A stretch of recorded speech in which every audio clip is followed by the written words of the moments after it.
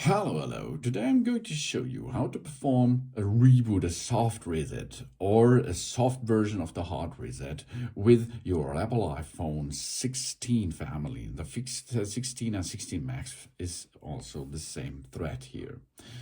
If you have troubles with your iPhone, that means you have a freeze frame, you have a white out or a black frame, or you cannot navigate with your touch screen anymore, then the first step into the solution is to perform a reboot, because a reboot solves a lot of problems and makes that the iPhone will work again properly.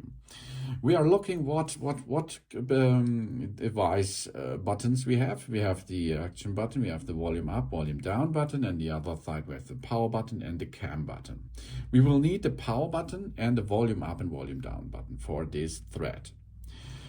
To perform this now is we push the volume up, release it, push volume down, release it, push the power button, and keep holding until you see the Apple branding, because this initiated a new reboot process. So let's perform this. Volume up, volume down, power button, keep pushing, keep holding it for approximately 10 or 15 seconds.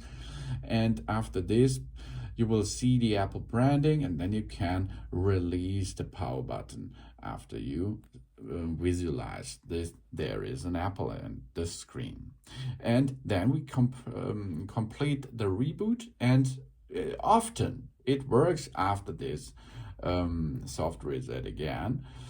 And then let's try. Yeah, here we have contact, and we can use the screen again. If this is not the solution, maybe you have to go deeper, because this process here, this thread, comes with no data loss. And that's good. The other things, the next steps, you will need to repeat a complete setup. In this case, it's not so hard. Thanks for watching. Please subscribe me and give me a positive feedback, and I hope to see you again on my channel. Soon.